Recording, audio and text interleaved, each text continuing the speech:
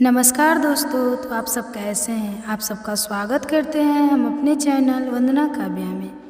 तो आप सब कैसे हैं ये बताने के लिए हमेशा की तरह कमेंट बॉक्स में जय माता दी जरूर लिखिए। तो चलिए दोस्तों, आज बात करते हैं कर्मों की फल भगवान श्री कृष्ण से जानते हैं। तो दोस्तों, भगवान श्री कृष्ण कहते हैं कि कर्म हमारे जीवन का महत्वपूर्ण हिस्सा है।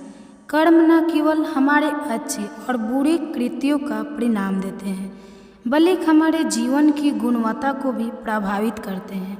हमारे कर्म हमारे भविष्य को निर्मित करते हैं और हमारे आसपास के लोगों को भी प्रभावित करते हैं। अच्छे और बुरे कर्म को पहचानना ना तो किसी संत के बस की बात है और ना ही किसी ज्ञानी के बस की बात है। एक राजा अपने मंत्री के साथ रथ पर बैठकर अपने राज्य का भ्रमण करने जाते थे। राज्य भ्रमण के दौरान राजा की नज़र एक दुकान पर पड़ जाता है और वह दुकान के पास रुक जाते हैं और दुकानदार को देखते हैं। मंत्री से कहते हैं कि क्यों मुझे ऐसा लग रहा है कि इस दुकान को मैं कल ही फांसी की सज़ा सुना दूँ। पता नहीं क्यों इसे देख मुझे इसे मृत्युदंड देने की इच्छा हो रही है। इतना कहते ही राजा वहाँ से अकेले ही चले जाते हैं और मंत्री उनसे इसका कारण भी नहीं पूछ पाते। अगले दिन मंत्री अपना वेश बदलकर दुकानदार के पास साधारण मनुष्य की तरह जाते हैं। वह दुकानदार चंदन की लाठी बेचता था। मंत्री दुकानदार से इधर उधर की बातें कर उससे काम और हाल चाल पूछते हैं। दुकानदार कहता है, क्या बताऊँ भाई, मेरा हाल बहुत बुरा चल रहा है। लोग मेरी दुकान पर आते हैं, मेरी चंदन की लाठी को सूंघते हैं, प्रशंसा भी बहुत करते हैं, लेकिन खरीदता कोई नहीं है। मैं बस इसी इंतजार में हूँ कि कब हमारे राजा की मृत्यु हो जाए और उनके अंतिम संस्कार के लिए मेरे दुकान से खूब सारी चंदन की लाठियाँ बिक जाए। दुकानदार से इतना सुनते ही मंत्री को सारी बात समझ में आने लगी। वह समझ गए कि आखिर क्यों राजा के मन में इस दुकानदार के प्रति नकारात्मक विचार थे। मंत्री ने दुकानदार की बात सुन उससे कुछ चंदन की लाठियाँ खरीद ली। लाठियों की बिक्री से दुकानदार भी खुश हो गया और तुरंत मंत्री को लाठियाँ दे दी। राजा के पास पहुंचकर मंत्री ने उनसे कहा कि आप जिस दुकानदार को मृत्युदंड देने की सोच रहे थे, उसने आपके लिए भेंट स्वरूप चंदन की लाठियाँ भेजी है। यह सुनते ही राजा खुश हो गए और सोचने लगे कि बेवजह मैं उस बेचारे दुकानदार के बारे में बुरा सोच रहा था। राजा ने मंत्री से चंदन की लाठियाँ लेकर चली गई, जिससे बहुत ही अच्छी सुगंध आ रही थी। राजा दुकानदार की लाठियों से खुश होकर उसके लिए कुछ सोने के सिक्के भिजवा दिया। अगले दिन मंत्री दुकानदार के पास जाकर कहते हैं कि यह सिक्के तुम्हें राजा ने भेंट स्वरूप दिए हैं। दुकानदार सोने के सिक्के पाकर खुश हो जाता है और मन में सोचता है कि मैं कितना गलत था जो राजा की मृत्यु के बारे में सोचता था। वह तो कितने दयालु है। हमारे काम, भावनाएं और विचार ही हमारे कर्म हैं। हम अगर किसी के बारे में बुरा सोचते हैं तो हमारा भी बुरा ही होता है। हमारे शब्द ही हमारे कर्म हैं। हम जो काम कर रहे हैं वही हमारे कर्म हैं। जो हमारी भावनाएं हैं वही हमारे कर्म हैं। अगर हम अपने विचारों पर नियंत्रण करना सीख लिया तो आप महान बन जाते हैं। जब आप अच्छा सोचते हैं तब आपके साथ अच्छा होता भी है। तो मित्रों, एक बार की बात है, एक बार एक राजा ने अपने 3 मंत्रियों को आदेश दिया कि वे एक थैला लेकर जंगल में जाए और थैले को फलों से भर दे। सभी मंत्री जंगल में चले गए। जाते ही पहले मंत्री ने सोचा कि राजा ने फल इकट्ठा करने का आदेश दिया है, इसलिए उसे सबसे अच्छे फल थैले में इकट्ठा करने होंगे। दूसरे मंत्री ने सोचा कि राजा बहुत व्यस्त व्यक्ति है, इसलिए वह थैले में बहुत अच्छी तरह से नहीं देख पाएगा कि उसमें क्या एकत्रित किया गया है, और इसलिए उसने जो कुछ भी अपने हाथ में लिया वह एकत्र कर लिया। इस प्रकार उसका थैला अच्छे और खराब फलों के मिश्रण से भर गया। तीसरे मंत्री ने सोचा कि राजा केवल बाहरी रूप से देखेगा कि थैला कितना मोटा है, और इसलिए उसने थैले को सभी सूखे पत्तों और धूल से भी भर दिया। फल इकट्ठा करने के आदेश पर अम्ल करके तीनों मंत्री अपने अपने थैले लेकर दरबार में वापस आए।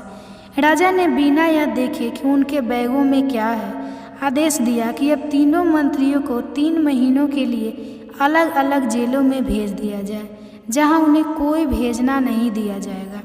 उन्हें केवल अपने संबंधित बैग ले जाने की अनुमति दी जाएगी, जिसमें उन्होंने फल एकत्र किए हैं।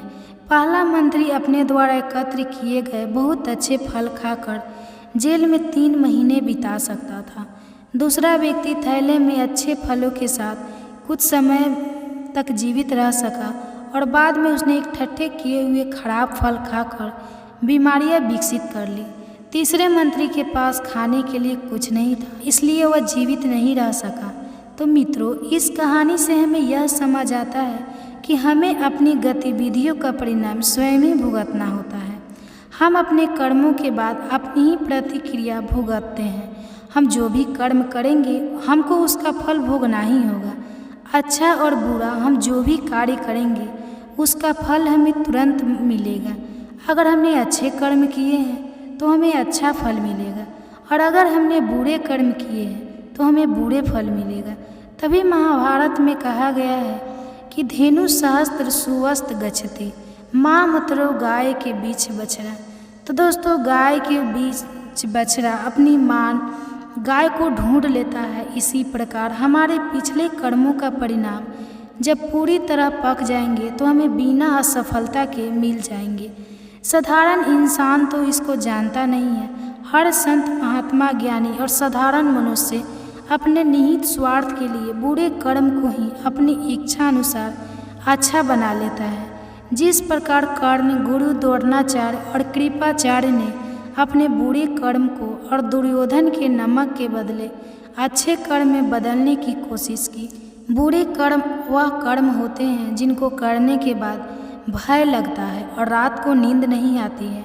उन कर्मों को करने के बाद आपको नकली आनंद की अनुभूति तो अवश्य होती है, लेकिन मन में भय रहता है। दोस्तों, मैं आपको हृदय से शुभकामनाएं देना चाहता हूँ कि आप बहुत ही भाग्यशाली हैं, क्योंकि आपने भगवान श्री कृष्ण की प्रेरणा से ही श्रीमद् भगवत गीता के इस वीडियो को देखने का मन बनाया। मुझे पूरा विश्वास है कि इस वीडियो को पूरा अंत तक देखने और शांत मन से इसकी बातों को सुनने और समझने के बाद आपके विचारों और जीवन में बहुत सकारात्मक बदलाव आने वाले हैं। तो साथियों, मेरा खुद का अनुभव कहता है कि अगर आप इस बहुमूल्य ज्ञान का लाभ अधिक से अधिक लेना चाहते हैं तो इस गीता सार को पूरा अंत तक सुने। हर रोज़ सुबह और रात को सोने से पहले जरूर सुने और दूसरे को भी सुनाए, क्योंकि जिस तरह खुशियाँ बांटने से मिलती है उसी प्रकार इस ज्ञान को आप जितने ज़्यादा लोगों के साथ शेयर करेंगे उतना ही भगवान श्री कृष्ण की कृपा और इस गीता ज्ञान की ज्योति आपके जीवन में भी प्रकाश फैलाएगा। तो दोस्तों, भगवान श्री कृष्ण ने कहा है कि अच्छे कर्म वह होते हैं जिनको करने के बाद आपको ना तो भय लगता है और रात को चैन और आनंद की नींद आती है। बुरे और अच्छे कर्मों का फैसला 2 प्रकार से होता है। एक तो सरकार और समाज फैसला करता है और दूसरा भगवान फैसला करता है। तो फैसला समाज और सरकार करती है वह तो गलत भी हो सकता है, पर जो फैसला भगवान करता है वह कभी गलत नहीं होता है। बुरे कर्मों का आधार भूख, धन, स्त्री, जमीन, सत्ता, ईर्ष्या और शक्ति मुख्य तौर पर होते हैं। इन सब की प्राप्ति के लिए मनुष्य बुरे और अच्छे कर्म करता है। अगर आप भूख से मर रहे हैं तो आपको पेट भरने के लिए बुरे या अच्छे कर्म करने होंगे। अगर आपने किसी का भोजन छीना और खा लिया तो बुरा कर्म हो जाएगा।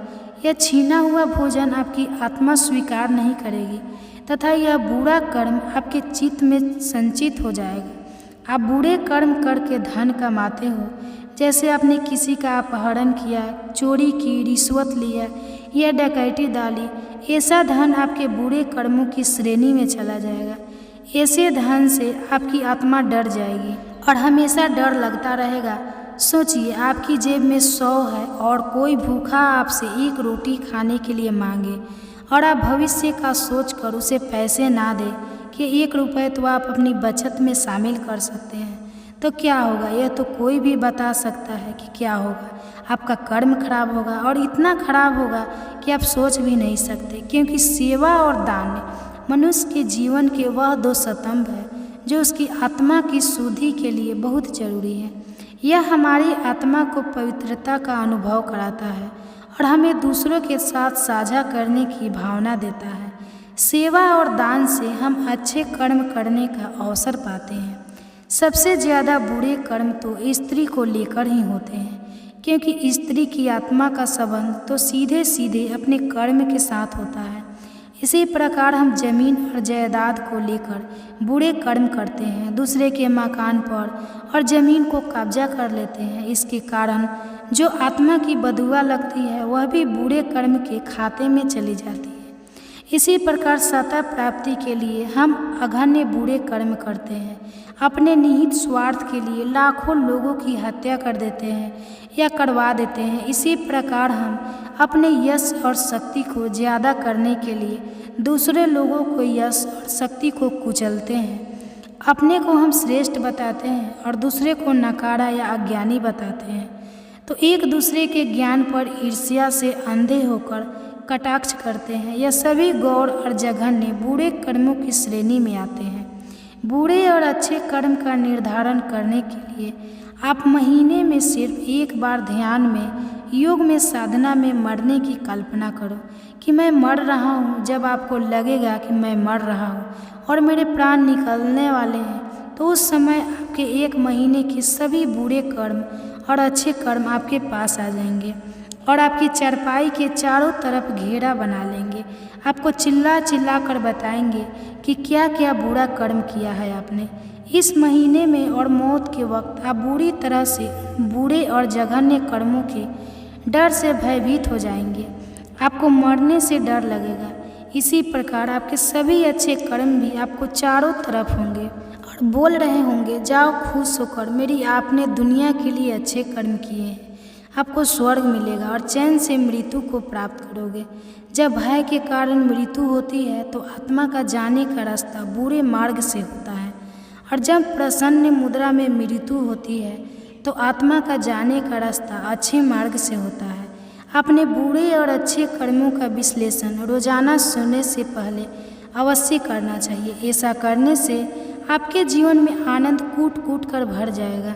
आप किसी की जान बचाने के लिए झूठ बोल रहे हैं तो वह झूठ बुरे कर्म की श्रेणी में नहीं आएगा, क्योंकि आपकी नीयत साफ थी। लेकिन अगर आप किसी का धन लूटने, उसे नीचा दिखाने या बदनाम करने की नीयत से झूठ बोल रहे हैं तो फौरन आपके कर्म खराब हो जाएंगे। कर्म को बेहतर बनाने का एक और तरीका है ध्यान का अभ्यास करना। ध्यान से हम अपने मन को शांत करते हैं और यह शांत मन हमें अच्छे निर्णय लेने में मदद करते हैं। यह हमें अपने कार्यों को सही तरीके के लिए प्रतिबंध करता है। मेडिटेशन करने वाले लोगों को अपने कार्यों में अक्सर सफलता मिलती है, क्योंकि वह एकाग्र मन से अपने काम करते हैं। ऐसे लोगों को छल कपट करने की ज़रूरत नहीं होती। यह लोग अपनी मेहनत और लगन से आगे जाते हैं। कई बार हम कुछ ऐसे कार्य करते हैं जो हम करना नहीं चाहते, पर वह पूर्ण जन्म के कर्म के आधार पर निश्चित होते हैं, जिसका कारणवश वह कार्य किसी न किसी माध्यम से पूर्ण हो ही जाता है। जैसे ही पूर्व जन्म का हमारा चक्र समाप्त हो जाता है, व्यक्ति का उसी समय मोक्ष की प्राप्ति हो जाती है। हमारे शास्त्रों में इस बात का उल्लेख मिलता है कि 84 लाख योनियों के बाद मनुष्य का जन्म प्राप्त होता है। साथ ही यह भी विशेष रूप से वर्णित किया गया है कि केवल मनुष्य योनि में ही जन्म और मृत्यु के चक्र से मुक्ति पाई जा सकती है। मनुष्य के कर्म का फल उसकी परिस्थिति और दैवीय शक्तियों द्वारा निर्धारित होता है।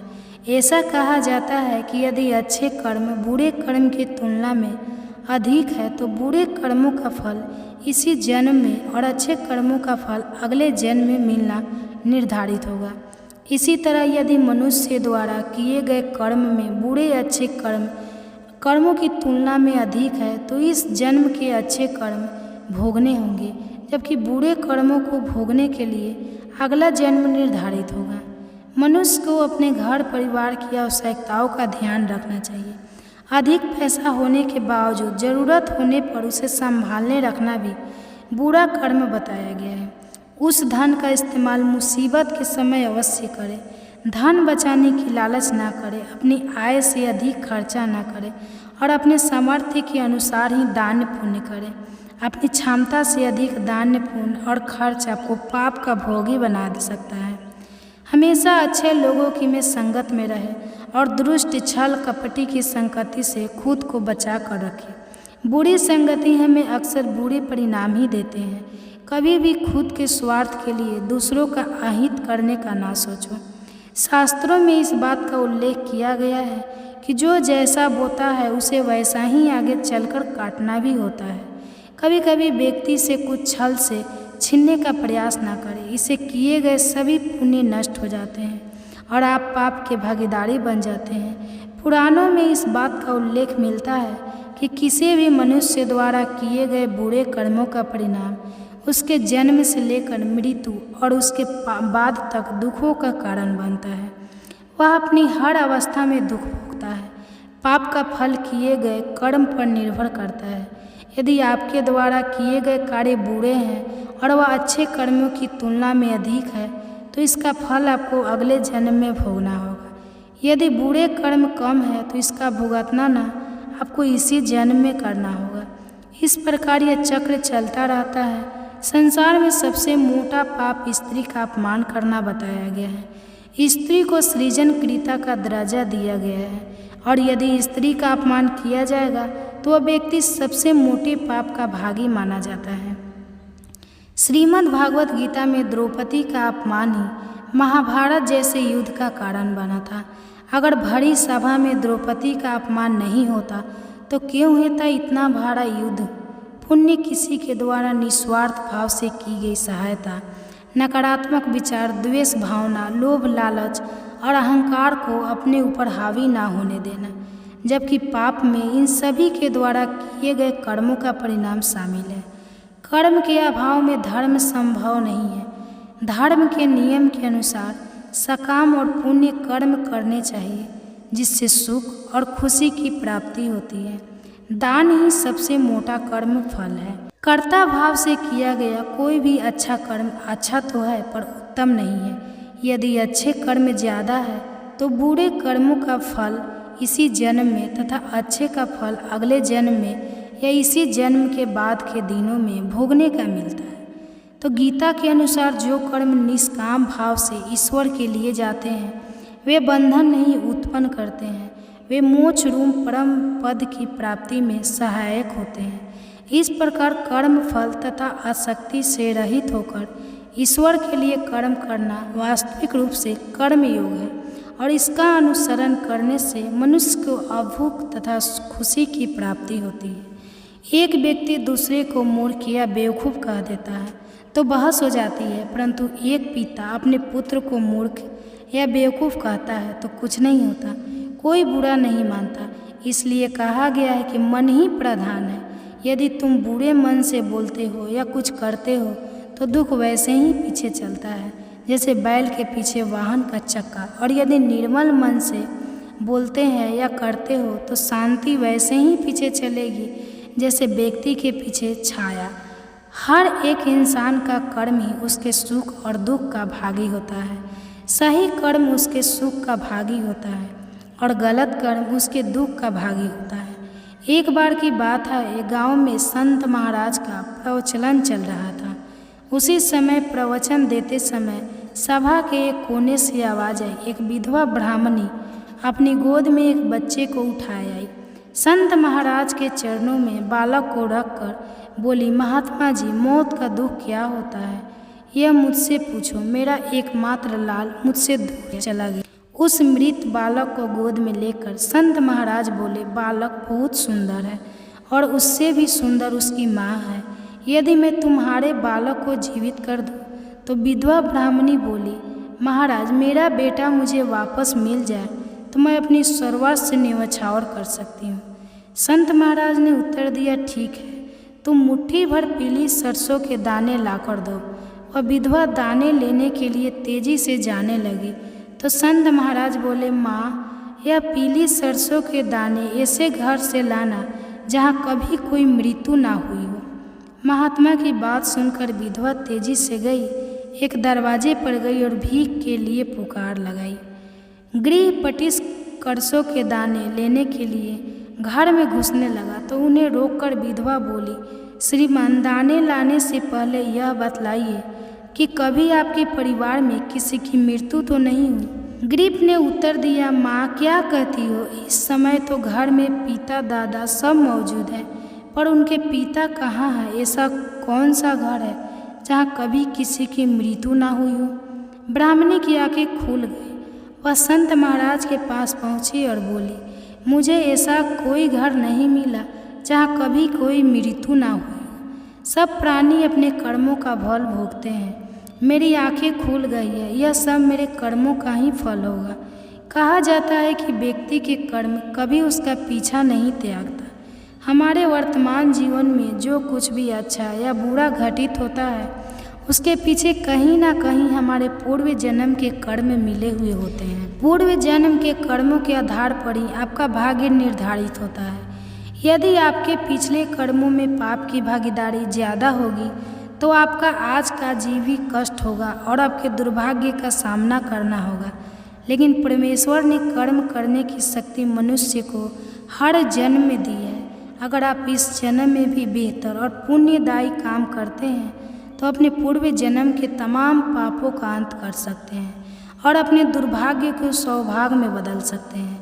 ऐसे कामों के बारे में जो आपके पूर्व जन्म के पाप को कम करने में मददगार साबित हो सकते हैं, बस उन्हें करते समय आपकी वसा एकदम शुद्ध होनी चाहिए। अगर आप जाने अनजाने किए गए पापों से मुक्ति चाहते हैं तो बेजुबान की सेवा करें। गाय, कुत्ता, पक्षी, चींटी, मछली आदि को नियमित रूप से भोजन कराएं। ज़रूरतमंद लोगों की मदद करें। गीता, रामायण, सुंदरकांड आदि कोई भी पाठ कुछ देर नियमित रूप से करें।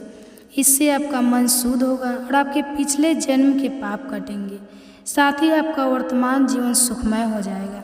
तो दोस्तों, ऐसे ही वीडियो और पाने के लिए हमारे चैनल को सब्सक्राइब करें और वीडियो को लाइक करें। तो वीडियो को लाइक करें, वीडियो को अंत तक बने रहने के लिए धन्यवाद और कमेंट बॉक्स में जय श्री राधे कृष्णा जरूर लिखें।